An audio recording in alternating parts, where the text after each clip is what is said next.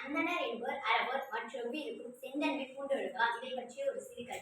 ஒரு ஊர்ல பிரபுன்னு ஒரு பையன் இருக்கான். அவன் வந்து நல்ல கெட்டிக்கார பையன். அவனோட நண்பன் திவாகர் அவன் என்ன பண்றான்னா ஊர் சுத்தி மாங்காய் மரம் அந்த மாதிரி உண்டி கொளுத்து அடிக்கிறான். ஆனா ஒரு நாள் பிரபுவும் இவனும் போய் ஊர் சுத்துறாங்க. இதை தெரிஞ்சு அவங்க அப்பாவுக்கு மிகவும் கோபமா இருந்தார். இதை பார்த்து அவன் பிரபு அவங்க அப்பா வந்து சமைச்சிட்டு திட்டிட்டு அப்புறம் கோடை வீடு வருது. அதனால அவங்க சித்தப்பா வீட்டுக்கு அனுப்புறாரு. அங்க போய் அவனுக்கு ஒரே வேக்கடா இருக்கு. எங்க சித்தப்பாவை மின்விசிறி காணும் அப்படின்னு கேட்டதுக்கு அவங்க சித்தப்பா சொல்றாரு, இங்க ஒரு குருவி கூடு கட்டிச்சுடா, அதோட அம்மா வந்து இந்த ஃபேன்ல அடிப்பட்டு வீழ்ந்துச்சுடா. அதனால அந்த மின்விசிறியை எடுத்து நான் தூங்க மாட்டேங்கிறா. நமக்கு மட்டும் தான் தெரியும் குருவி கூடு கட்டு மின்விசிறி இதுவாயிடுச்சு.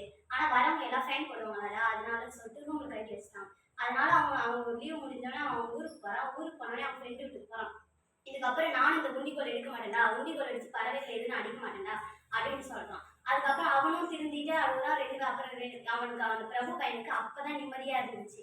அது ஒரு நாள் சொல்றான் மறுபடியும் ராஜு, சரிடா நான் வரேன்